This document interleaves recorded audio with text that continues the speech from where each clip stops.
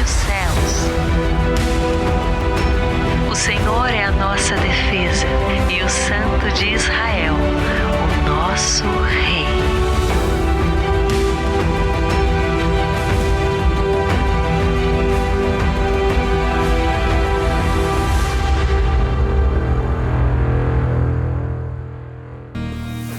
Olá, bem-vindos ao Karina em Israel, caminhando pela Bíblia. Hoje eu estou em um dos lugares mais conhecidos de Israel, o Rio Jordão.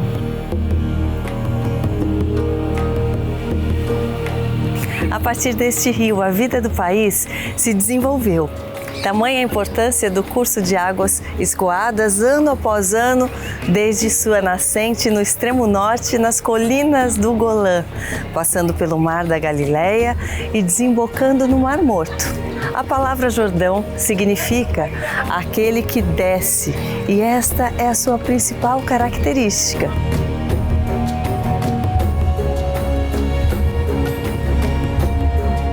Ele nasce a partir da neve derretida das montanhas a 2.000 metros de altura e morre num dos pontos mais profundos da Terra, a 400 metros abaixo do nível do mar.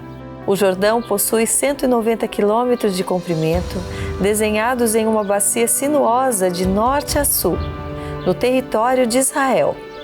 E quanto mais se aproxima do Mar Morto, mais vai aumentando a salinidade de suas águas, de maneira que o mar onde ele deságua é 10 vezes mais salgado do que todos os demais oceanos da Terra.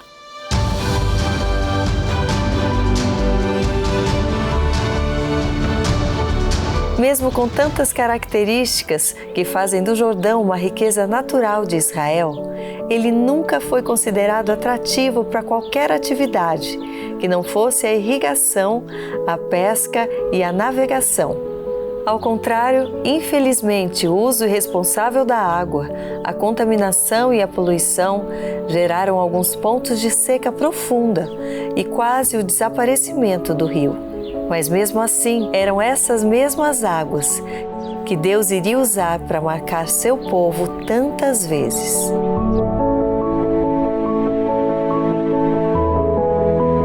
Assim diz a palavra em 2 Reis 5, dos versículos 1 a 14. Naamã, comandante do exército do rei da Síria, era muito respeitado e honrado pelo seu senhor, pois por meio dele o Senhor dera vitória à Síria. Mas esse grande guerreiro ficou leproso. Ora, tropas da Síria haviam atacado Israel e levado cativa uma menina que passou a servir a mulher de Naamã. Um dia, ela disse à sua senhora: se o meu senhor procurasse o profeta que está em Samaria, ele o curaria da lepra. Naamã foi contar ao seu senhor o que a menina israelita dissera. O rei da Síria respondeu: vá, eu darei uma carta que você entregará ao rei de Israel. Então Naamã partiu, levando consigo 350 quilos de prata, 72 quilos de ouro e 10 mudas de roupas finas. A carta que levou ao rei de Israel dizia: com esta carta estou te enviando o meu oficial Naamã, para que o cures da lepra. Assim que o rei de Israel leu a carta, rasgou as vestes e disse: por acaso sou o seu Deus, capaz de conceder vida ou morte? Porque este homem me envia alguém para que eu o cure da lepra? Vejam como ele procura um motivo para se desentender comigo. Quando Eliseu, o homem de Deus, soube que o rei de Israel havia rasgado suas vestes, mandou-lhe esta mensagem: por que rasgaste tuas vestes? Envia o homem a mim, e ele saberá que há profeta em Israel. Então Naamã foi com seus cavalos e carros e parou à porta da casa de Eliseu. Eliseu enviou um mensageiro para lhe dizer: vá e lave-se 7 vezes no Rio Jordão. Sua pele será restaurada e você ficará purificado. Mas Naamã ficou indignado e saiu dizendo: eu estava certo de que ele sairia para receber-me, invocaria em pé o nome do Senhor, o seu Deus, moveria a mão sobre o lugar afetado e me curaria da lepra. Não são os rios Abana e Farfar em Damasco melhores do que todas as águas de Israel? Será que não poderia lavar-me neles e ser purificado? E foi embora dali furioso. Mas os seus servos lhe disseram: meu pai, se o profeta tivesse pedido alguma coisa difícil, o Senhor não faria? Quanto mais quando ele apenas diz que se lave e será purificado. Assim ele desceu ao Jordão, mergulhou 7 vezes conforme a ordem do homem de Deus e foi purificado. Sua pele tornou-se como de uma criança. Naamã, por ser um oficial do exército, vivia coberto com armaduras e talvez já estivesse leproso há muito tempo, sem que ninguém soubesse. A lepra naquela época era mortal, pois causava mutilação espontânea, sem que houvesse tratamento para ela. E podemos dizer que a vida de Naamã se confundia com a existência do próprio Rio Jordão, mesmo que ele não soubesse disso. Ele era útil, importante, mas estava sujo, impuro. Assim como o rio, ele precisava descer de seus orgulhos, achismos e prisões mentais para que pudesse ser curado primeiro na alma e depois no corpo. A atitude de Eliseu, que parecia tão indiferente com a necessidade de Naamã, na realidade era uma prova de sua fé. Um teste para verificar o seu desejo verdadeiro de ser curado. O milagre do Jordão nos revela que é preciso descer, nos humilhar, como suas próprias águas fazem. Porque, como está escrito, se nos humilharmos debaixo das onipotentes mãos de Deus, no tempo oportuno Ele nos exaltará. Não tenha medo de passar pelo caminho da humilhação.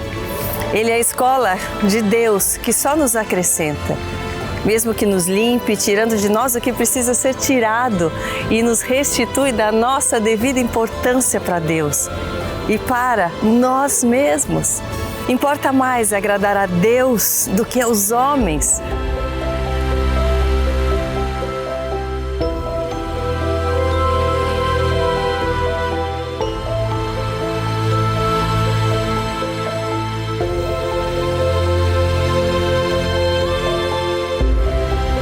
O milagre do Jordão também nos revela que é preciso perseverar.